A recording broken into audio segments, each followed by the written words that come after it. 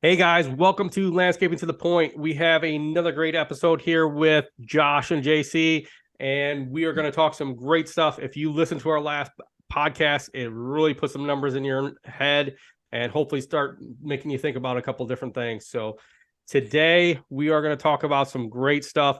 And I know Josh, because of what he does, has some great knowledge.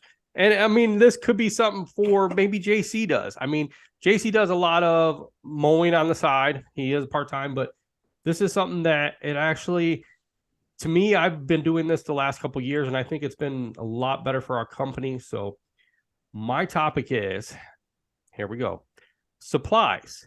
Do you guys keep supplies of like weed whip line, mix? Josh, maybe you keep extra supplies of, glue or maybe some stone or something. We've been doing it for the last couple of years, and I think what we do is at the beginning of the year we go through and we buy a bunch of weed whip line, we buy a bunch of mix. We go through buy anything we could use, like spark plugs, anything extra that we might use throughout the year, so we have it in stock. To me, it feels like I'm at a good point to where we have that in case something happens. We also have been stocking like extra parts. We try to keep the same piece of equipment in hand, so that way we can say, okay, we have this piece, a starter. It's for this mower. We have an extra one on hand in case it breaks down. We can go ahead and change it right now. What do you guys do? Do you guys do any of this? Yeah, I absolutely do. I think that's probably one of my strong points is even just simple supplies like trimmer line, oil mixes, stuff like that. I'm a bargain hunter, so I'll go out one day or a couple days during the year and just buy a bunch of supplies and keep them on hand, keep them on deck whenever I need them. They're available there. I've always had the mindset of having a spare part or spare piece of equipment that if something were to happen, I could just go to that second piece of equipment. In my garage is where I keep all my stuff at my house because I don't have, I'm part-time, so I don't have like a secondary site or anything like that. But I have everything all organized in a shelf, ready to go if I need it. Oils, I keep that as well too. Filter kits, and like I said, even like during the end of the season or the beginning of the season, like I'll even go down to Home Depot, but see like what's on clearance, and just scoop up things that I normally use. Even sometimes if I don't need them, I know at some point in time that I will need to use that. And so it's always nice because I don't like taking trips. That cuts out a lot of time of your day. If you have to stop in the middle of work and, go out to the store, go out to your dealership and pick something up to get back going again. It's always nice to have stuff on you and keeping things in your truck as well too. I keep a toolkit, wrenches, sockets, anything like that. An angle grinder with a battery pack if I need to do something like that, cut something off. Just kind of preparedness. It's also like I think of it like you take a long road trip. You want to make sure your tires are full. You have a spare tire that's there. You equipment to change a tire, maybe a battery jump pack. Like just preparing. I think I'm kind of like that naturally as a human being, but when it comes to that, yeah, absolutely supplies I keep on hand. And if I know I'm running low on something, I'll take care of it before it becomes a problem. Awesome. I agree with you. I know when we go to buy irrigation parts, we end up buying more than what we need, and we'll usually keep some in our truck box, and then we have a shelf that we have extra parts. So we're trying to keep at least 5 of everything on hand and 5 in the shop. So that way, when we come back at the end of the day, if you use that 5, you can be like, okay, I got these 5. I'm gonna throw these in my truck, and I have them on hand. So it saves you on a trip. So definitely, I made many of trips and back and forth and just to get one part. And it's like I've come to realization is you're going to buy one part, you might as well buy an extra one, have an extra one on hand, and have it ready to go. So when you're ready to do it. Josh, what about you? I know you probably got like this massive trailer full of extra stuff, I would assume. No, actually, no. I used to, and then I would end up with all the shit at the end of the year that I didn't use. And so when we mowed, one of the biggest things was the trimmer line, because I would buy like you go to Home Depot, you buy like one of the little rail ones, and like half the day into it, you're like, shit, fucking out, god damn it. And you're like, all right, I'll get like I had one day, I remember I finished on my lawns and then I had to go back the next day and weed whack them all because I ran out of line. So we would buy those what are they, like a 20-pound rail or something that you would hook up to the trailer. Yeah, I'd buy like 2 or 3 of those reels. Yeah, yeah, and I for what I did, like 2 or 3, I'd be good for the year, maybe even to the next year, you know. right. But now currently with the hardscape and construction, I'll just list off. So like the one thing we keep on hand in excess is polymeric sand. Because we always need like an extra bag or two. We had one year that we did go in on a tractor trailer with a bunch of people to save some money. I'm gonna be straightforward with you. I am probably horrible when it comes to being a bargain shopper on that because I don't essentially go to save a few bucks off the top, which I should. I do it for what Jensen mentioned before was the efficiency of not having to have myself or a guy run to a supply store in the middle of the day because, you know, like 20 minutes there, 20 minutes back, they're going to dick around for 10 minutes, go to the gas station, grab bites or lunch or whatever. So, you know, an hour passes by. If that happens like 30 times during the year, it's a work week, you know. So you just pay the guy's vacation to the gas station driving around windshield time. And you know, regardless, you always have windshield time. So we keep polymeric sand in stock, the black, the tan. I mean, sorry, the black and the gray. We don't do much of the tan. We don't do irrigation, but I do keep bulk couplers in stock just so like if we nick a line or something or we need a head, we'll throw those in. We've done small piles of like 3/4 inch stone in the past. This year, I think we're going to bring in a tractor trailer 3/4 inch stone. That's actually on Jensen's level we're going to buy and shop because I think when I did the math, if I ordered directly from the quarry this year, it saves me something about like $25 a yard plus the time of going to get it. So that's a huge difference. The mix, I'm not at a happy medium with fuel mix right now because it's like I buy a whole bunch of the small ones because it's easier for guys to figure out to put 3 of these things in a 5-gallon jug than to do the math. I want to get a 50-gallon drum, but I don't think I'm going to use a 50-gallon drum. You know, so I think I'm going to have to bulk stock the small things. And the only reason I use the small things is because, like I said, it's easier for guys to sit down and just know, hey, throw 3 in here, it's empty, and then fill it up rather than sitting there and trying to guess. Because I've had things blow up because the mixture wasn't done correctly. I save the small bottles and then I buy the big bottle of it and I just fill the small ones up. That's actually pretty smart. See, we use like tip and pour. You ever guys use a tip and pour? We use them for chemical. Yeah.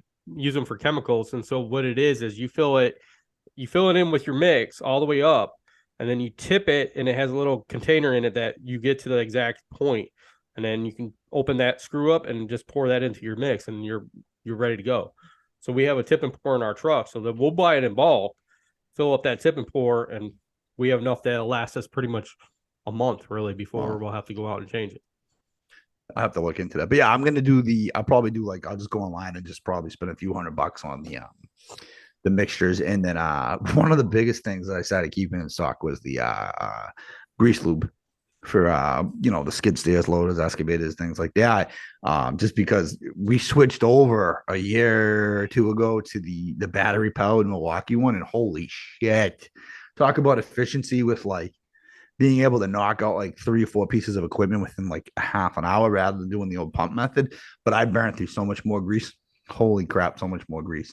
And running for grease is always a pain. So we usually keep like 10 cases of tube grease in stock. So I don't do a lot of stock, but certain things we will, like the polymeric sand, some of the drainage stuff like downspout connections, 90-degree, like PVC stuff we'll keep.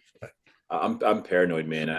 I've learned because making mistakes, but I keep an impact drill with me, an extra blade if I need to, if I hit a big huge rock or whatever.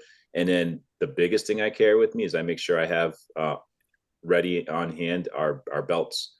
I've dropped so many belts, not so many, but I've dropped a few belts here and there, and I even bring my my jack, so that if I need to change a blade or a belt or whatever in my toolkit, I have it all there. Which sucks, but it's nice to have it instead of having to run home. But dude, that's so smart because like I remember in the past, like when I was cutting and I was cutting by myself, Like you get a flat, or you throw a belt or a blade, like you hit a stone and a blade breaks. By the time you load everything back up into your trailer, you're not done with that lawn yet. You're probably like halfway into that lawn. You load it up on your trailer, and once that shit hits, like it's like a fucking domino effect. Like everything that you're gonna crash into the trailer a little bit, you're gonna hit yourself, you're gonna get mad. You gotta strap it down, put it on, go home, go. Hopefully the bolts come off once you try to find that socket that you haven't used in like 6 months, and you finally find it and you're stripping it out. By the end of that, you're like, fuck it, I'll just finish everything up tomorrow. Rather, when you're on site, dude, what's it take you? Maybe it's the longest in like a headache, like a half an hour if you have a real pain in the ass bolt. If even that, zip, and you're back in business. It's fine. Yeah. I mean, we keep a toolbox that has at least every tool. So that way when belts pop, we can change the belt real quick. I'm more of the guy that if it does happen in the middle of the yard, I'll go ahead and fix it in the middle of the yard.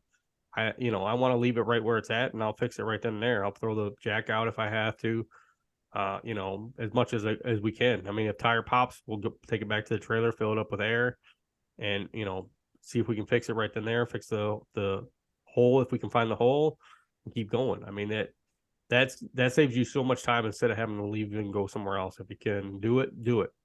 I mean, that's the way I look at it. The impression too, I think, from a customer's perspective, is that obviously things happen. It's no one's fault. It's the way things go. But they never feel. I would imagine they never feel right seeing that their property is half done, and then you gear up and you leave, and they're not really sure when you're coming back to get it done. So it's like everyone wants a complete job. But yeah, Scott, I'm the same way, man. If something happens on site, I try to do everything that I can to fix it on site, and I try to keep everything ready on deck if I need it for supplies. Yeah, I mean it's I feel like if you're going to leave a job, it better be really important to leave that job and you better let the customer know right then and there, like what happened, and say, hey, maybe my mower totally took a crap and the engine's not starting, and I got to take it somewhere to get it fixed, but I'll be right back. I'm not going to let the customer know like, hey, I've only mowed half your yard. I got to go fix this belt, and I'm going to have to ride back to my shop and back. It'll be like 3 hours before I come back. No, I'm going to, I'm going to try to fix it right there. And you're late for your other properties too, Yeah. You just reminded me, completely off the topic, but running out of the customer's lawnmower there. I remember a few years ago, I'm cutting the lawn by myself. It's like dead of July, like 90 something degrees, and I had been eating gas station breakfast and shit all day, dude. I got bubble gut. I'm like on like the Velky on a 48, and I'm like, oh, I'm hitting the bumps. I'm like, oh my fucking god. And in my head, I'm like calculating. I'm like, if I load up now, how long does it take me to get to the gas? And the gas station's like 10 minutes away. Like, oh my god. So I'm wrong. I remember just leaving the mower there, throwing the gate up, running back, come back. She's like, what's the matter? I'm like, something going wrong with the mower. I had to come back. I don't know. It like brings me down memory lane. It is another idea. Bring a roll of toilet paper with you. So we do. It's funny we do now, because I've worked in remote places where there's nowhere to go. And like if you have an emergency, dude, and everybody listen to this knows what I'm talking about, where like you're like, it's always when you're like in the dead of the fucking woods somewhere working, where all of a sudden it's like, oh no, like, oh no, like the alarm starts going off, and it's not going to be a clean one either. So you're like, crap. Like, so we get to the point where like we're always like, we got to put toilet paper in the trucks. We got to put, because this is ridiculous. Like a guy comes out with the sock missing or half his sleeve missing. You know what was going on in there. But it feels so good afterwards, man. It feels so good afterwards. Oh god. Bubble gut on the mowing route, nothing to play with. Yeah. Do you guys carry bee spray, wasp spray? I mean, Yep. That's something you should. Yeah. So yeah, fun Josh fact again. So I got stung once in my life by a hornet when I was like 6 years old at the park playing on the playground. Since then, I had never been stung. When I fucking started doing this shit, dude, my first 2 years from in-ground wasp nest, I was stung 40 something times in 2 years because I got lit up a couple times. So I've stepped on 2 in-ground nests, and completely the in-ground nests are inevitable. Like there's nothing I could have done to avoid that. There was one I was chopped. We were doing a land clearing job, and I'm like, I get out of the truck, I'm all full of piss and vinegar, and like, yeah, I'm gonna fuck shit up today. I'm gonna take everything out. So I get out, I start ripping the cord on the chainsaw, everything's going, and I start chopping down all these big rhododendron bushes. Next thing I know, boom, fuck. Next thing I know, my ears are on fire. Now, granted, I'm just wearing safety goggles. I'm not wearing like a helmet. So, throw the fucking chainsaw running, dude. They lit my entire back of my head. It must have been the size of a basketball. A wasp. I don't know how I missed it. I just went in, just guns blazing. Even my guy in the skid steer is like, dude, I'm like knocking on the window, beeping on the horn, trying to tell you, you're like this close to a wasp nest, and you're sitting here like rocking out to your headphones and shit, and you headbutt the damn thing. He was listening to "We Will Rock You." Yeah. Boom, boom. Favorite song. You got to watch one of the past episodes to figure out what that's from. Yes, it's a couple back, guys. Definitely listen to it. I am deathly afraid of bees, and I'm not allergic, and it's not like I've been stung. I will stop everything that I'm doing. I will throw a 90-10 across the lawn and run away. And there have been several times that I've done that, and people look at me like a maniac, and I don't care. I don't want to get stung. Now let's separate it though. It's not bees. They're hornets and wasps that are going. Bees won't attack you for no reason. Bees, right. if you instigate a problem and you hit a nest, yeah. But it's the fucking wasps and what are they? The fucking the bald faced hornets or wasps. Those are the ones that fucking chase you. So they have photogenic memory. These things will chase you across a yard or across a neighborhood. Listen, fucking, man, fucking assholes. As a stinger, I'm running away. I don't care what it is, and I don't trust the fact that bees will leave you alone. No, they won't. I don't believe you, Josh. I'm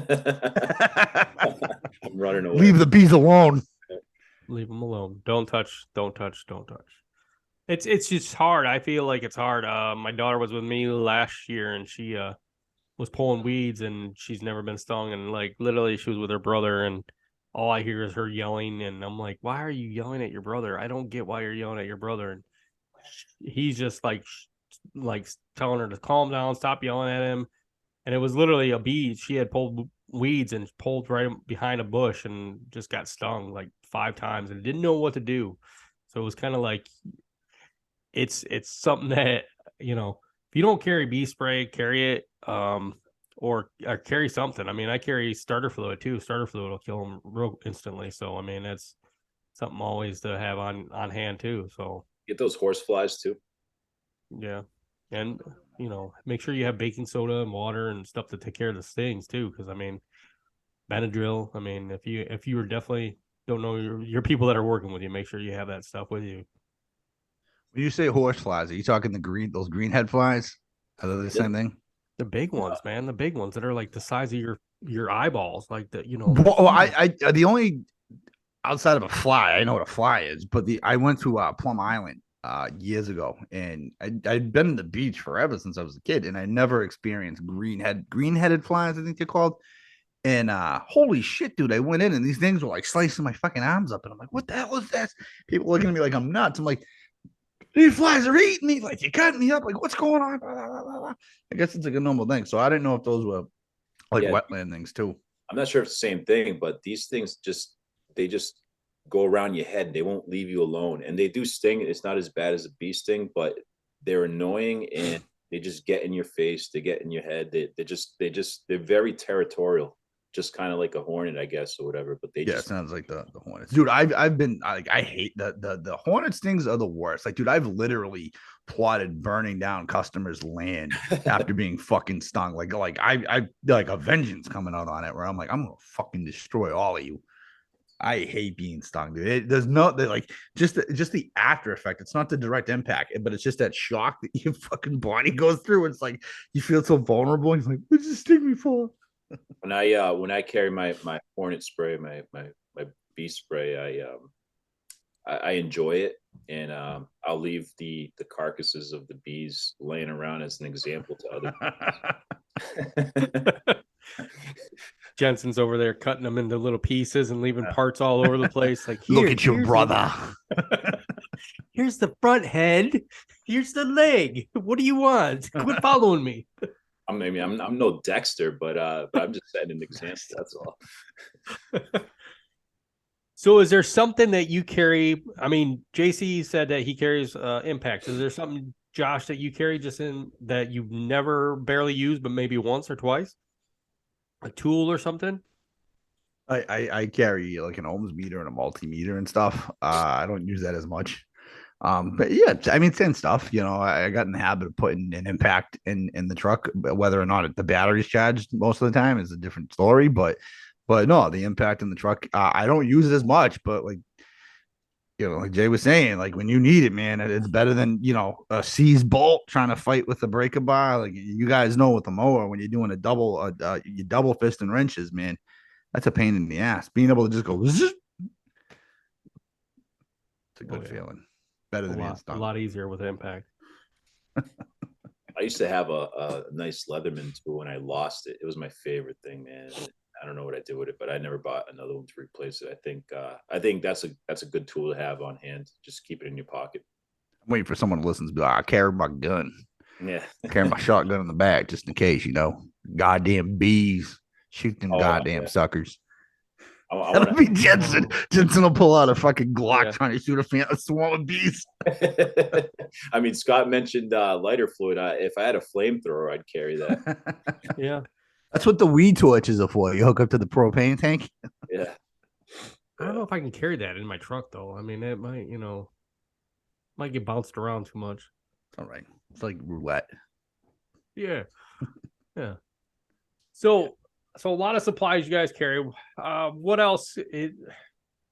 What about medical? Do you guys carry any of the medical stuff? I mean, definitely. I think that's one important thing you should definitely carry on, you guys. You never know what you have. I mean, I know in my medical kit, there's a tourniquet. There's all kinds of stuff that probably I would never use unless I was a EMT. But I have it just in case. Who knows? I mean, I've seen some nasty cuts and stuff in the past. From past employees, and I bet you Josh has too. He's probably cut a couple of employees and probably buried them, but who knows what he's done with them. But yeah, so I should do a better job with that. I don't carry when I need. I'm actually really good with that, so fuck both y'all. No, I'm pairing that. That's one thing. Like a step down from like carrying the defibrillator. Like I'm covered. Like even like an EpiPen. Like because you never know.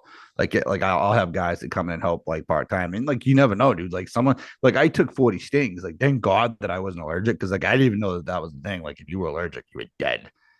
And like even one of my friends was like, dude, you realize like you get stung once, some people they're done. Like the fucking like you need that pen. So keep the EpiPen. Defibrillator is a little overkill. We don't work anywhere too remote that we wouldn't be able to get a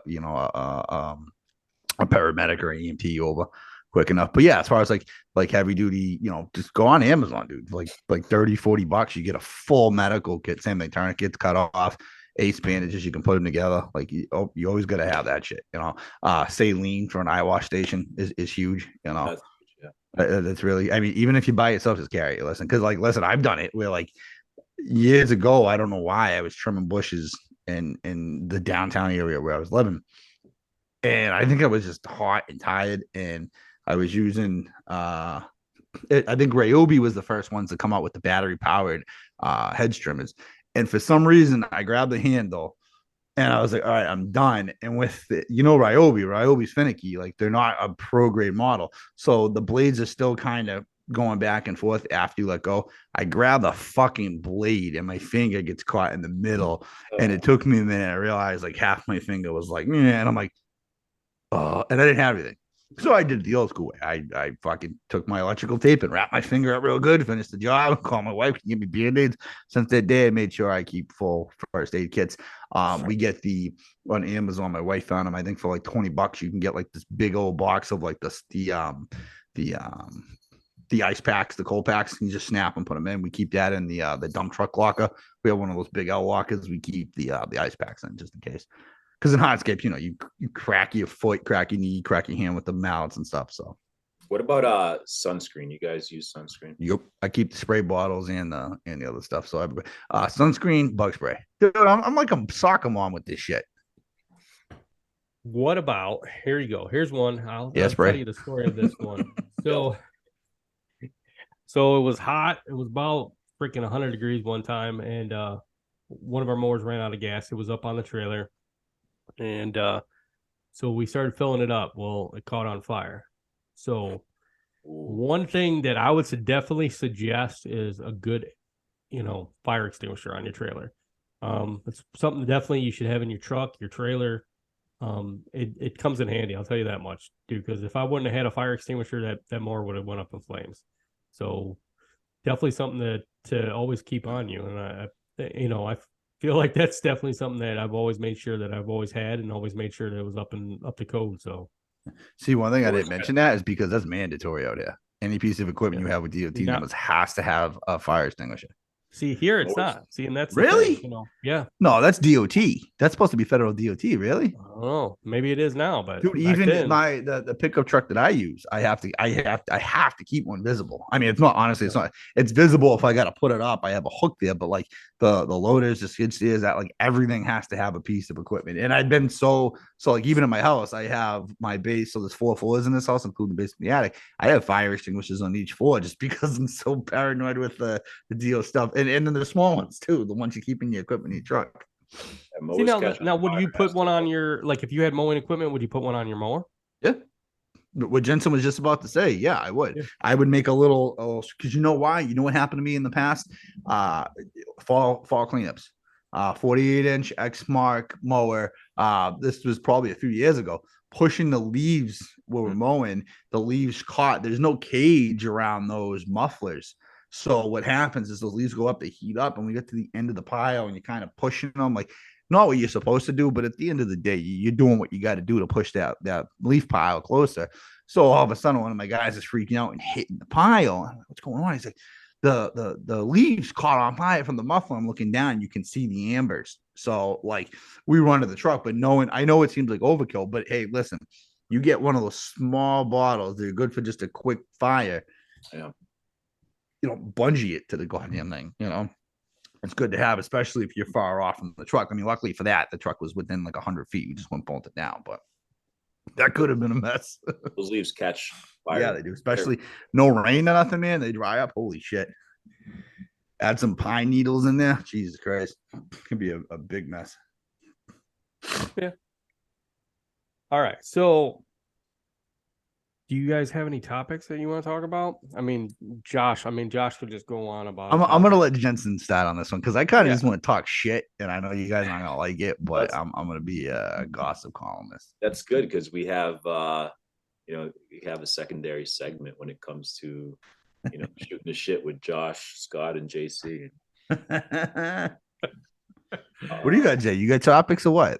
I sent Scott the text message yesterday, and I'm like, hey, what's the topic for tomorrow?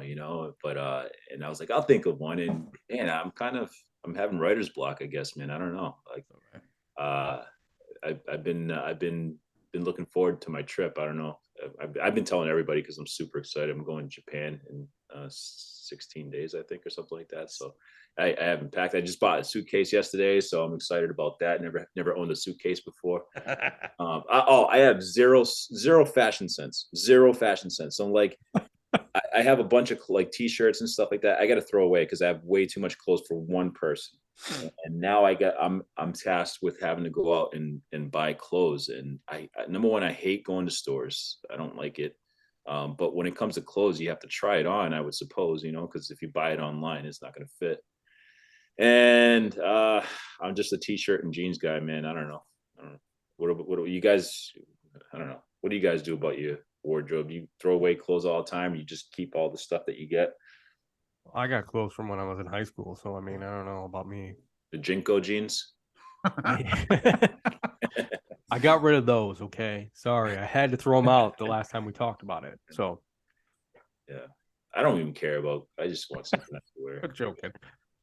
It's just I'm more of a kind of like you, Jensen. T-shirt, jeans more than anything.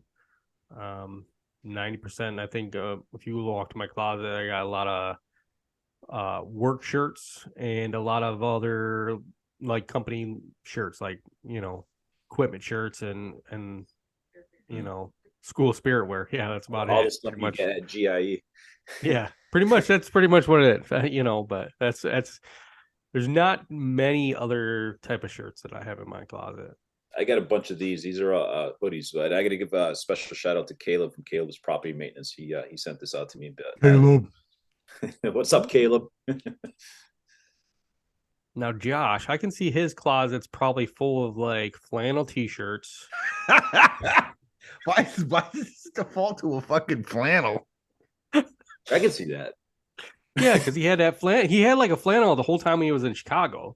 So I'm assuming that's all he's got. One flannel. No, I didn't even I have had- a flannel on Chicago. I had a fatigue jacket with like a polo shirt.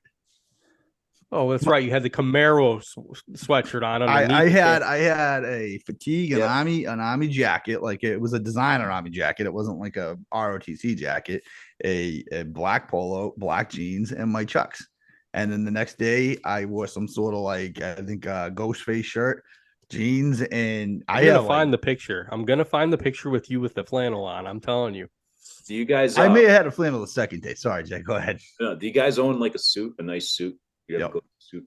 Couple. No. I used to when I was growing up. My parents went to church a lot, so I used to have tons of ties, and I still do have a bunch of ties and dress shirts, but I don't have a suit. I like I need a new one, but I like having like a complete suit on deck on hand. Like that's I think every guy should have one. Yeah, I have a couple. I was never really like big on having suits, but now like same thing. You never know. Weddings, funerals, things with suits, gentlemen. If you pay attention, you can usually between the pants and the jacket itself, if you have 2 or 3 suits, I think the rule of thumb is you can make something like 36 outfits just out of those 2 or 3 suits between mix and match and everything. So don't worry, I'll teach you guys. I'll do a whole seminar. You guys can come look at my closet sometimes. I have like sneakers galore, shoes galore. But it's So the funny. next episode will be shot in your closet. Okay. Yeah, there you go. Josh coming out the closet. MC No, but it's funny because like I have all the shit in the closet, but then I'm still a fucking jeans and t-shirt guy. like I got like all these jeans in my closet, but then I have like one pair that I wear on a regular. So they're comfortable. And then like my same thing. Like my wife will be like, you got all the shit in the fucking closet. Why don't you go out with a Curryman green t-shirt all the time? Like, all right. It's typical. I mean, I feel like a lot of us kind of do that. They just we wear our uniform type shirts and just kind of keep working that way. Now, do you frown, Josh, on like your guys not wearing uniforms? I prefer, excuse me, I prefer for them to wear the shirts. Like I'm not like you guys got to wear like matching pants, but I prefer the shirts to be worn. But I mean, I get it because I mean, depending on like the temperature, if it's wet or not, like usually they do. It'd be nice if everybody matched with pants, but as long as they have like some sort of like if it's like reflective, like the safety yellow, orange, or something, it doesn't matter to me. Words aren't coming out. So do you guys see any companies in your area that don't wear uniforms? Absolutely. I mean, it depends on what stage of a company. Like obviously, like you have like the bigger companies that everybody matches, and then you got regular guys that like no, like you got one guy popping out, he's got his flannel, one guy's got his black t-shirt and jeans on. Like I don't see anything wrong with it. I get it. It's a professional image, but at the end of the day, people are paying for a service, not for you to show up fucking matching. Some guys are like, no, it's got to work like that. I just want the t-shirts to match. That's what I like. So if someone knocks on the door, hey, they're from Josh's Landscaping. It's got Jensen's Landscaping. It says on the shirt. Right. I'm actually that's something I'm gonna do this year. Is obviously just me being part time. I want to get a nice like that neon green shirt with some kind of something on there. So even if it's just plain, because that way, if someone's driving by, they don't just think that you're the homeowner. For me, in my case, that's mowing the lawn. They're gonna be like, hey, that guy mows lawns, and maybe that could give me some other business somewhere else. If someone say, hey, you mow lawns, can you do this one down the street for me? Or I don't know. Just thought that. I think you're advertising. I mean, I feel like if you have a shirt on, you're advertising. Yeah, you don't have to. My guys wear different different pants, different sweatshirts, but we try to wear the same, shirt. We have 3 different color shirts usually, and our sweatshirts are all pretty much the same. So it's kind of like most people can tell who's who. We might not all wear the same color that day, but pretty much, if somebody says, hey, I'm looking for Scott, they know exactly like, hey, there's Scott. He might be wearing, pink today, so go right over there. He is in pink, or yellow or whatever. It's easier to notice who you are on a job, and I feel like the customers can say, hey, there's a company here doing this. This is the company that's doing my yard. I can see who's doing my yard instead of somebody that's just showing up without a uniform. And in the past, we've always been to make sure if somebody comes in that day, we're either giving them a shirt to put on the shirt, or we're giving them a vest that has our name on it. So that way people can notice that this isn't somebody that's just randomly walking through the yard while we're cutting the grass. So I think it's more professional that way. You prefer the vest of the shirt? Yeah. I prefer the shirt. Most of my guys have always preferred the shirt. I think I've only had one guy in the past that's actually, he just kind of preferred a vest. And that was fine. Because he kind of liked to wear a wife beater pretty much all the time underneath, which, Yeah. I'm actually switching over to the vest because of that. Yeah. I mean, that was fine with me. So I have had guys in the past that we've gone to where we'll let them cut off the sleeves off a certain amount of shirts. So that way, they still have their shirt on. As long as it's looking presentable and not like ripped all the way down the side like some of these shirts are. I don't like that, but if you're gonna just cut off the sleeves, that's fine.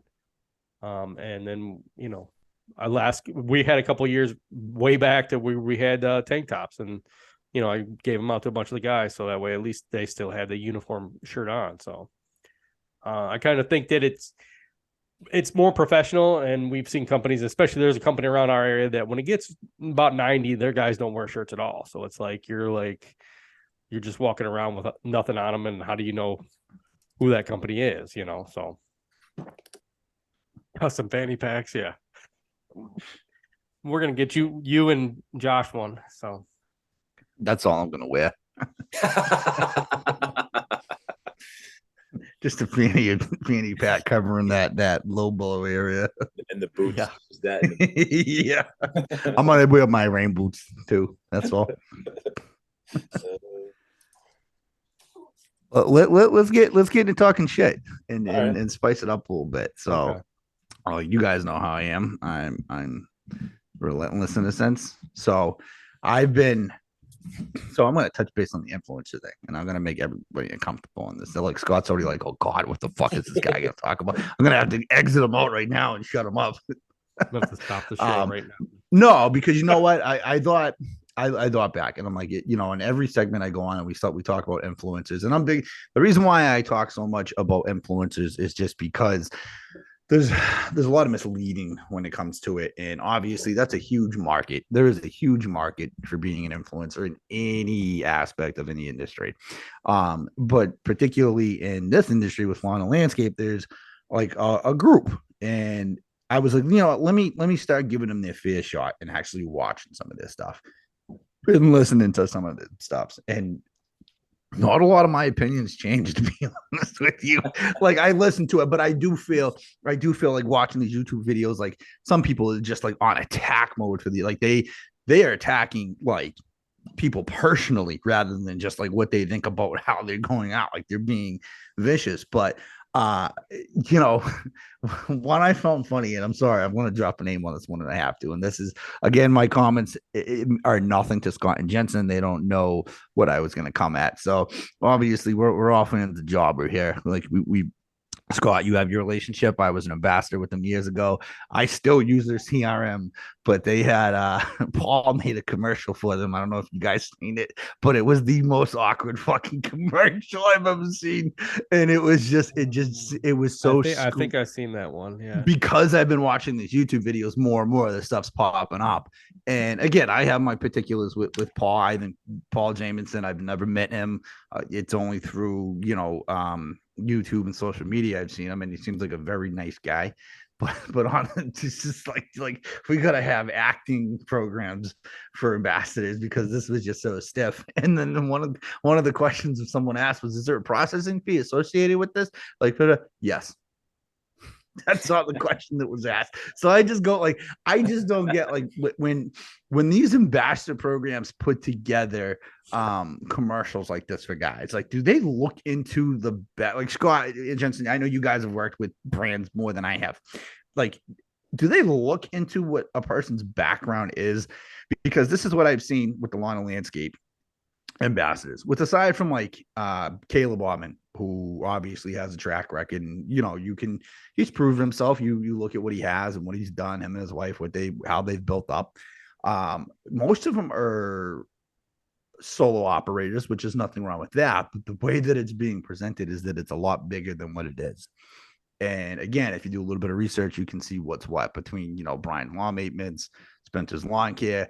Like, is there a script that I shouldn't say script. Do these programs or these brands look at a person's capability of a company, like the size of a company, before they give them the script? Or is it just like, hey, dude, you got like 10,000 fucking people, go throw us out a shout out and say this? I feel like a lot of companies, especially nowadays, and even in the past, where they look at an influencer as if you have over 10,000 followers, and the more followers you have, they're going to say, well, here, we're going to throw you this. You go ahead and, promote our name and stuff. And we're going to give you that over someone like me or you that, maybe only have 4,000, because, we might have genuine followers that actually follow us. And, we don't have all these bots and all these other, companies that are just following them just to have follow. But they look at that and say, okay, you got 100,000 followers. We want you to say, you use this product, go ahead and use it now. Promote the crap out of it. We'll give you the script. You go ahead and say it. But in the long run, if you look at their actual, how many people are watching that video, how many people are liking that video, how many people are commenting on that video, it's less than like something that you or me or Jensen are putting out there that are getting better track record on what we're putting out there. So I think, go ahead, Jason. Yeah, the at least the ones that I've dealt with, they capitalize on the fact that people with small accounts are going to get excited when they get sent something, and it's like, all right, yeah, I'm gonna make a lot of posts and stuff, and they do that times 1,000. Get a lot of small accounts to just kind of exposure, and that's all they really want, because this company is getting, in essence, free marketing, and they use smaller accounts as foot soldiers and then larger accounts as henchmen. And so, like Scott was saying, where if you, and again, I'm assuming because I've never worked with Jobber myself, but when you have someone like Paul, or an example, just again, for the fact that he has a lot of following, they'll concentrate a little more as to what they look for in those types of individuals. And maybe possibly, I'm not sure, maybe they'll give them a script, or maybe, hey, we need you to do this and this and this. And they give them a little more incentive, as opposed to the smaller accounts where they just kind of like, hey, yeah, I got sent this, but it's a cool product. And they just repost from all those small little foot soldiers. And then they focus on the bigger accounts. So I've never really dealt with any companies that would give me a certain script. And I've also kind of denied a lot of companies that reached out to me just because I knew exactly what they were trying. So I'm not going to give a name, but most recently, within the past 2 weeks, I've been kind of going back and forth on an email with the company. It's a liquid lawn fertilizer treatment company. And they were like, hey, we want to make you an ambassador, this and that. We'll send you this product, let us know what you think, blah, blah. And I responded back. I'm like, well, what exactly are you looking for? And they said, they want a picture, of our product, another video of you using it before and after, whatever. I said, okay, cool. What's the incentive? And their incentive was like, well, it's more exposure for your account. I'm like, well, I really don't want to grow my account. I mean, if the people that I don't want random people following me. I want people that want to follow me, not because I'm pushing a product back and forth. So I declined that because I'm not, number one, I really don't care about the free product that I'm getting for that. Number two, I'm not driven on having 50,000 people follow me for the fact that I did a favor for a company. Like if people are going to follow me, I want them to follow me for the content that I post, like know me, from a personal level or whatever, and that's fine. But I think that you get a mix of that. I know I'm kind of going off the rails here, but I think it's unique. I think a lot of these companies do capitalize on the fact that like they get someone who's like, oh man, I just want to make my account grow. I'm starting off, like I'm getting a little bit of following, and then when you throw them that little bit of a free product, oh my god, I feel so special because they're reaching out to me, and they'll just put those products out there. So going through all their profiles and their YouTube and Instagrams, I just question the legitimacy of some of the information that's given. And again, I know you guys are friends with some of these guys on a personal basis. And I'm not attacking anybody's character or personal being. I'm obviously your Instagram is built around a character, of what you sell. But like when I look at like almost all these dudes in lawn care and landscape sell some sort of alternative package, whether it be, how to, extend your business, how to make profits, and this isn't hitting part-time, Jensen, but why the fuck am I going to pay a part-time guy money to figure out how to make more profit out of my customers? You're not even, listen, it's part-time. It's not full-time. I'm a full-time guy. I want to know how a full-time guy gets to $500,000, because at the end of the day, in your fucking sleep, you should be able to make $100K flat as a solo guy. So to write a book or to put stuff out, to each their own. Now, granted, it's great marketing. These guys are awesome at what they do. Like I sit there and I'm like, damn, if I ever need to build a media presence, these dudes are it. Because these dudes did something right. Like they just know their shit, how to build it and how to navigate their way around it. But then I look at like some of the guys that are legitimate in giving advice are kind of like push it down to the side to like what this is. And again, to each their own. If people are going to buy it, they're going to buy it. But it's almost like I kind of shame the brands where I'm like, where's the legitimacy in this? Like you got a guy that you're asking to sell a certain product that they're wording it a certain way where it's like that doesn't fit with what I see on social media with the size of the business. So it's almost like, kids are watching this shit. They're influenced. I get it. A lot of it's entertainment. Brian's one of the ones that I've always questioned, that seems like one of the smartest dudes as far as like building his personal brand. Dude's done phenomenal since I started watching. Like I know years ago, oh man, what was the original OG YouTube guy? Come on, help me out. The first YouTube guy, the old dude there from like Ohio that was like, yeah, I'm gonna mow my lawns, $25 lawns. That's not Saint? the guy, was it? Who? Not Saint? Creek, was it? Greek, yeah, the freak. That was like the original that was cool, and then things kind of built. Whatever it was. Yeah, geek to freak, yeah. Freak, yeah. And I think he started making a comeback, but then like you have like even like the Keith Kalfuses in the world, right? Like there was a commercial that popped up with him where it was like, yeah, like my employee handbook to all your employees that when you're hiring employees.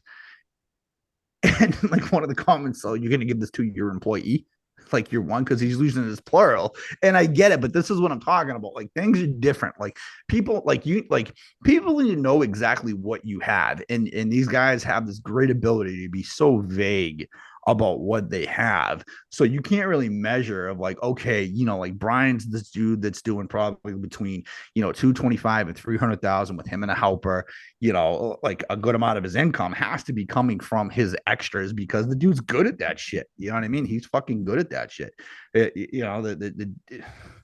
I don't know.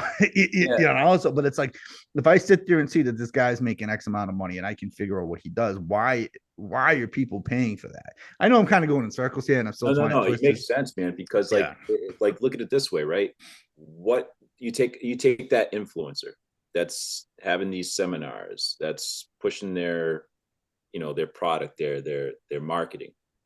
What's the bigger business, the marketing and the seminars, or their lawn and landscape business? But and that's what I mean. So there's a hurrah behind that, where a lot of it's like hype and fireworks, and people, it's like the Grant Cardone shit. Like Grant Cardone obviously built his product in his name, but like you go to those shows, like one of his henchmen is T Grand Gertz, I think his name is, and that kid's made a fortune off selling programs. And and from what I can understand, I've never subscribed to his platform, but his is based off like that 10 times model, where it's like you just do 10 things harder, you bring in 10 times the debt, you do this.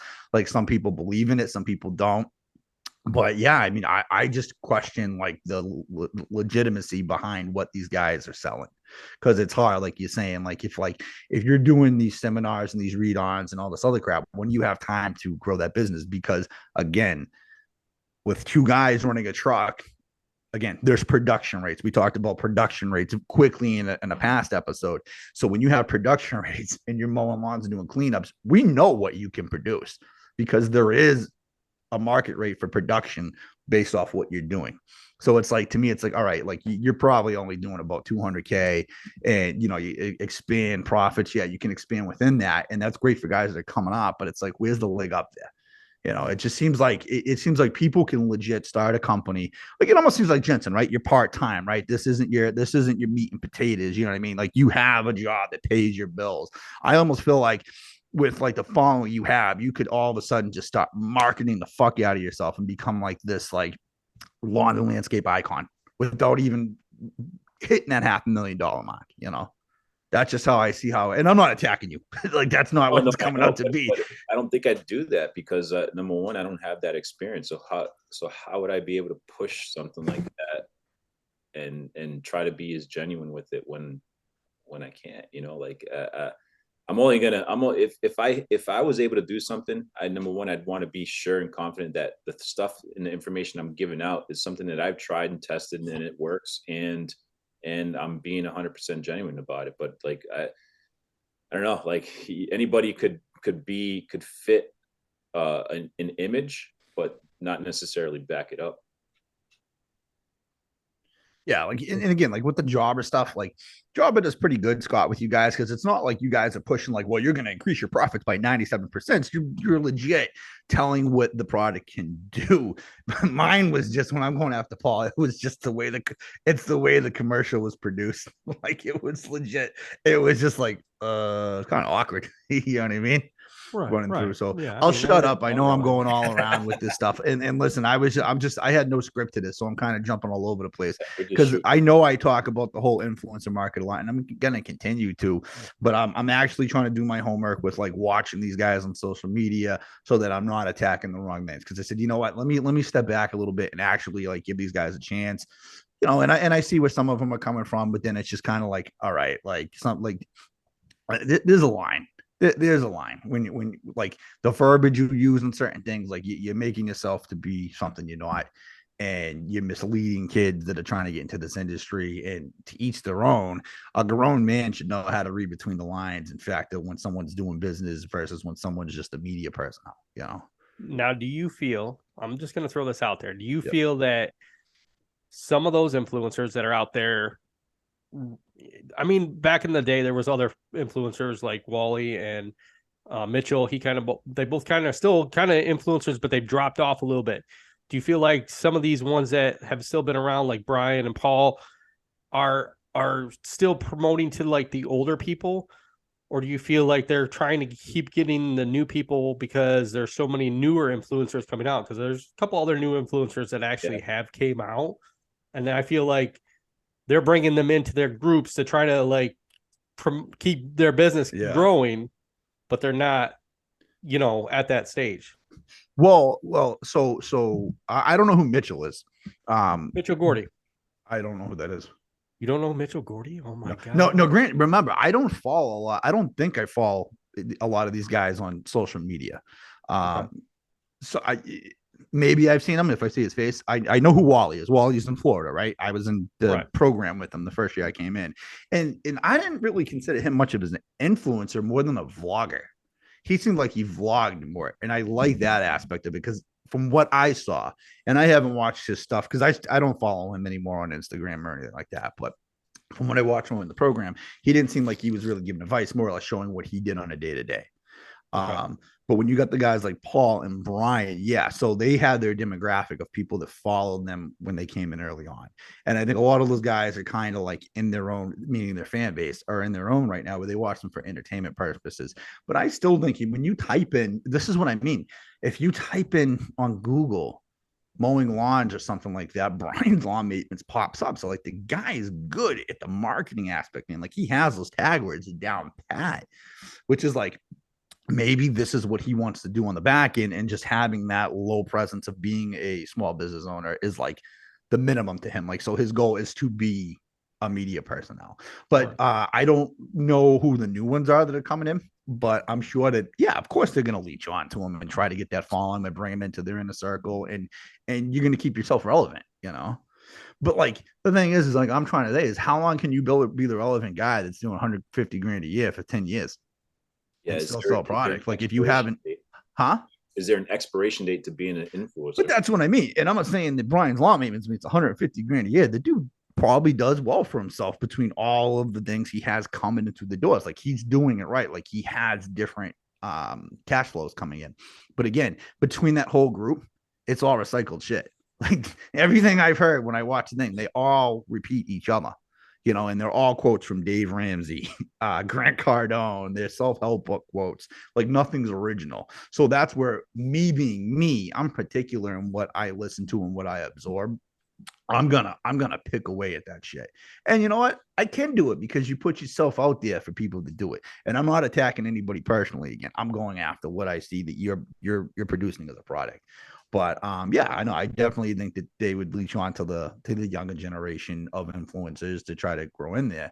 But that's the thing is like Jensen just said, what's the expiration date when a guy is part-time writing a book, being a DJ, and you're a guru in lawn care business? I know that these guys are your friends, and I'm not attacking them personally, but I'm just like, hey, listen, any of you guys want to come on and chop it up? I'm not going to be rude and attack you, but I got questions because maybe there's answers that I'm not seeing, and I'm going to go, oh shit, you know what? My bad, dude. Like my bad, Paul. My bad, Brian, or whoever else. Like the dude Chance Daily Hustle. That dude to me never seemed like an influencer, even though he was. And I could be wrong because I don't pay attention to a lot of his stuff. I know that he was a vlogger and he showed what he did on the day to day. And because he did those things on the day to day, certain products like I think Jobber and Toro and a Bobcat have probably worked with him on certain things. But those are things that he uses in a business that's established. And he wasn't pushing the products. The products came to him and he tried them out. So there's a difference between being that vlog and that like, well, I'm here to promote your product. That's what I get off these other guys, where it's almost like you're just whoring a product out. Someone like Chance Daily Hustle, he already had that established presence online of like, hey, I'm just here to vlog and show you guys what I do for a day in the life of a landscaper or whatnot, you know? Yeah, and he's the type of guy that he doesn't come like I love watching Chant when I first came on to the online landscape stuff. Like I watch his videos all the time, and I would just myself I would define him more as someone that viewed him as a leader more and less of an influencer, because he wouldn't go out there and say, hey, I'm an influencer, or portray the fact that he's an influencer. Like you said, he'd put genuine stuff out there. Hey, I'm doing this today, I'm doing this today, I'm using this, blah blah blah. Like he's a businessman and he just gives his take on what he does. He's not telling you to do this, he's not telling you to do this. He's like, hey, this is what I do. And people respect that, people like that, and that's why he's gained that big of a following. And even now, like he's switched it up as far as his business approach, and now he's doing obviously the screen printing and the embroidery and the shirts and all that stuff. And he kind of gravitated away from the lawn and landscape and all the other stuff that he used to do. And he's still relevant in the business, in the lawn and landscape business. Yes. People respected what he's done so far. I mean, up until this point. But there's legitimacy there in what he does. It's genuine. Like, you can see what he does, and the fruits of his labors of being able to open different companies off of what he did, being a small business owner in a lot of landscape, rather than just portraying that, hey, I am a successful business owner. Look at what I show you on YouTube, and look at these products that come to me. That don't mean shit to me. That doesn't mean shit to me. Guys like, again, I could be wrong. And the day Wally Wood was something similar to that, where it was more of a vlog experience where like you could sit down for entertainment purposes and watch. There's another guy in the UK I watch, Asheville Aggregates. He's a concrete and gravel company, and he's the same thing. He's a vlogger, and I love watching that stuff. And you know what? Sometimes when he pushes things, I'm like, oh, it's a little pushy, but you know what? He's a legitimate business owner. I'm sure he's not going to push something in his company that he doesn't believe in. You know, and he has that proof that the social proof is there of what he has.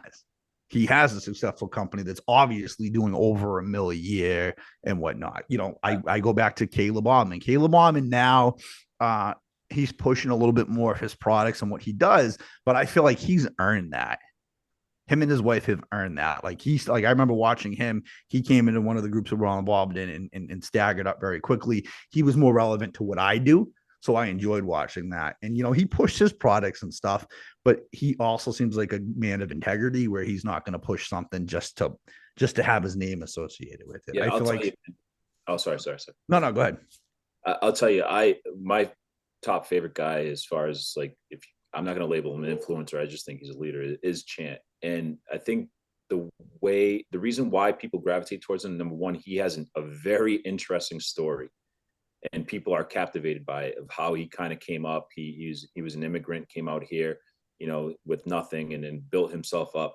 Another thing with him is that he doesn't sell seminars. He doesn't sell stuff. Like, he sells his business. So obviously he needs to make his money and does it the right way. But he also gives back, man. You know, like, I don't know, Josh, I don't know if you've ever been to GIE, No. but every time he comes with T-shirts, hats, books, and he gives them away. Like, wow, that's on him. Like, he has a parking lot meetup at the expo, and he just brings boxes and boxes and boxes of T-shirts, hats, like whatever it is, you name it, hats. And he gives the stuff away for free. And that's huge, because he's not pushing merch either. No merch. He doesn't have a table set up where he's selling T-shirts $15-$20. He's giving this stuff away for free. And that's awesome. You know, he gives back to the community. I think that's why he's so very respected, on top of other things. But yeah, Squat, we should try to get him on at some point and just kind of get his story and chop it up. Yeah. And I would like to have I know that I'm going over every other direction here, because like I get passionate about this shit, because I want to know the truth behind who's doing what.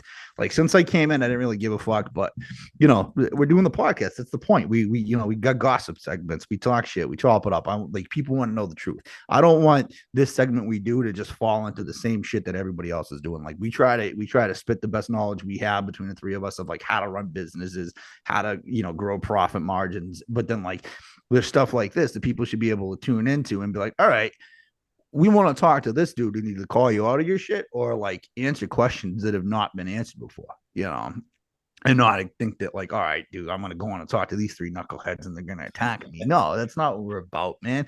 We're just trying to legitimize things, you know? And Scott, I got to give you credit too, man, because you're one of those guys as well too. Like, you give back to this community. I'm not just blowing smoke up your ass, but you know, GIE Expo, stuff like that. You make T-shirts and you give them out, and you're for the team, and I think that's why you're very, very well respected too. So people like you. I really don't think of myself as an influencer. I don't, you know. I'm just here to give my knowledge, and you know, when I talk about a product, I talk about something that I like, and you know, something that I enjoy to use. You know, if I don't, you know, I like stuff that I'm going to use. You know, and that's, you know, maybe I'm like Champ, maybe I'm like some of these other guys, but I'm not out there, you know, saying, come join me for this seminar. We'll get you on this seminar for $500. I'm not that kind of guy. This whole part of this podcast is just to kind of, give everybody our input, and that's every time I talk to somebody on this, I want them to know the true person that, that I'm talking to. You guys are definitely genuine. You guys definitely tell the truth and are there to give the best advice anybody can give. And that's what I want. And that's what, this whole podcast is about, giving the best everybody can give. Everybody has their own opinions and everybody has their own way of doing things. And we can all learn from that. And that's the main thing. So someone years ago, within the community had mentioned that the whole influencership was more of a popularity contest than it was based upon like legitimacy of skill or ability in business. So I still look at it like that. I really do. I know I'm dragging this on, but one of the ones I like the most, who I do consider an influencer but an educational person, is Mike Andes. Yeah, the dude with the yellow t-shirt company, Augusta Lawn Care. And the reason why I like the legitimacy, no, he sells seminars, and I believe that he does do stuff. From what I was seeing, I think he's on whatever Brian Lawn Maintenance has. I think he verges over that, but that's smart because he's capitalizing on the popularity of Brian, which is among all of them is one of the biggest, and he can sell his product, but he's teaching you. The kid is legitimately teaching you numbers, and he's putting a lot of valuable information out for free on his pages, like a lot. Right. Definitely. So, guys, I hate to cut Josh in the middle of his sentence, but we're going to cut him today. So this was some great information, guys. Hopefully you continue to listen to us on iHeart. Watch us out here on YouTube. Listen to us on Spotify. Definitely comment, like, share it to whoever. There's a lot of people out here that would love to hear us. Definitely get it out to everybody. So I want to thank my special guest, JC, host, and my other friend, Josh, the ghost, which never shuts up sometimes, but we love him. We love to have him on. So thank you guys for listening. And that's all we got this week. Definitely come back. We're going to have continuous stuff of great talks. We're going to talk about anything, and hopefully we can get some other people on here. Definitely. We love to have you guys on. Even if you can just sit on here and talk to us for a little bit, we'd love to have you on. We're going to throw, like Josh wants to throw some great questions out to you and ask you what your thoughts are on stuff. So definitely, come on, boys. Yep. Come on. So thanks, guys. Have a great day.